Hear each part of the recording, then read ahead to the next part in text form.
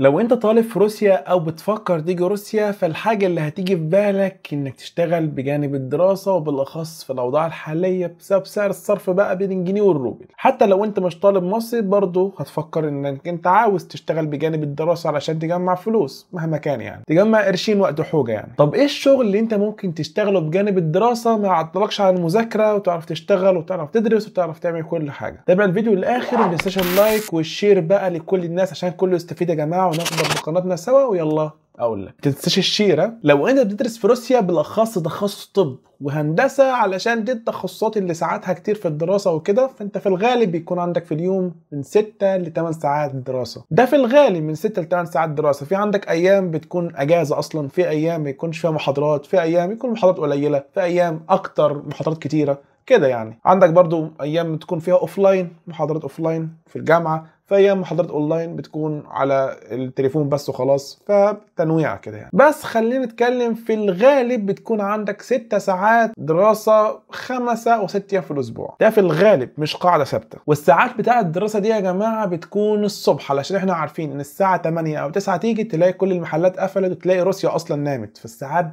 دراسة بتكون الصبح. يعني لو انت بتفكر تشتغل في شغل اللي هو الدوام ثابت 8 او 9 ساعات في محلات بقى كاشير ومش عارف ايه كلام من ده، فشغلنا كده اتضربت، مش هتعرف تشتغلها علشان تحتاج انك تشتغل كل يوم لمدة شهر وليك مرتب، فمش هتعرف عشان انت عندك دراسة. احنا دلوقتي نفكر في المشكلة اللي عندنا عشان نجيب لها حل. المشكلة عندنا ان احنا بندرس مثلا 5 ساعات في اليوم الصبح، فمش هنعرف نشتغل الصبح، فكده مش هينفع نشتغل الشغلانات اللي هي كل يوم بدوام ثابت وكلام من ده. فاحنا دلوقتي هنروح للشغلانات اللي هي انت ممكن تشتغلها ساعة او باليوم، اللي هو يتحسب لك بالساعة وبيتحسب لك باليوم. اكتر شغلانة يا جماعة العرب بيشتغلوها، او الناس اللي عاوزين يشتغلوا يعني شغلانات في روسيا بيشتغلوها، اللي هي بالساعة او ممكن تاخدها باليوم، اللي هي الاسترويكا او عامل بناء. وخلي بالكم يا جماعة انا عملت اوريدي فيديو عن عامل بناء او الاسترويكا في روسيا، هتسيب لكم فيديو في اي حتة لازم تروحوا تشوفوه. فشغلانة شبه الاسترويكا دي بتاخد فلوسك بالساعة، تشتغل ساعة تاخد فلوسها، تشتغل ساعتين 3 10 تاخد فلوسهم، لو كملت اليوم الاخر ممكن تاخد بونص كلام من ده. واحلى حاجه في الاسترويكا ان برضه ممكن يكون الشغل بالليل، يعني بعد الدروس بتاعتك والمحاضرات وكلام من ده تشتغل عادي. بس برضه خليني برضه اتفق معاكم اللي هو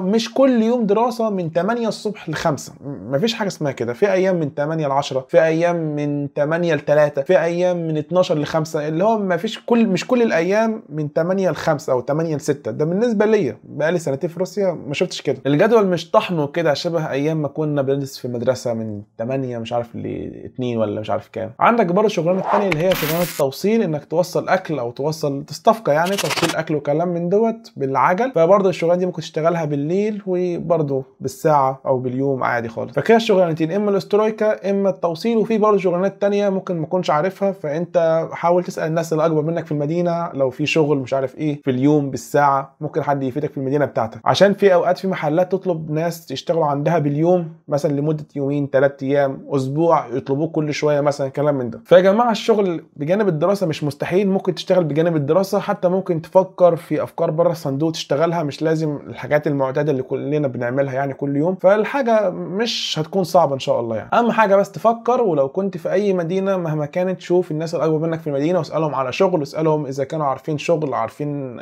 اي مكان مثلا باليوم بالساعه. ممكن ياخدوا منك عموله بس عادي، يعني ياخدوا منك عموله عادي بس تروح تشتغل وتاخد فلوس وكلام من ده. وبرضه يا جماعه انتم مش هتفكروا في الشغلانات اللي هي كل يوم مثلا 8 9 ساعات، علشان دي مش هتعرف تشتغلوها. مش هنضحك على بعض، ازاي تشتغل كل يوم 9 ساعات في محل لمده شهر؟ ازاي؟ امال الدراسه فين؟ لو اعتبرنا ان المحل حتى بالليل دوامه بالليل، طب انت تاخد 9 ساعات في يومك للشغل، و6 ساعات في يومك للدراسه، و8 ساعات في يومك للنوم، ومش عارف ساعات للطبخ وساعات للغسيل وساعات تلاقي يومك خلص. طب فين المذاكره؟ فين الدنيا دي؟ فالموضوع مش هتكون احلى حاجه يعني. ده على الاقل وجهه نظري بالموضوع ده. وبس يا جماعه، اتمنى لو حد عارف معلومه زياده عني ما قلتهاش في الفيديو يقول لي في الكومنتات تحت، كلنا نستفيد من بعض. ما تنسوش بقى اللايك والشير وكلام من ده. شكرا على المشاهده، وادعوا لي بقى امتحاناتي كمان 5 6 ايام وبس. يلا ادعوا لي وربنا مع الناس كلهم، وسلام.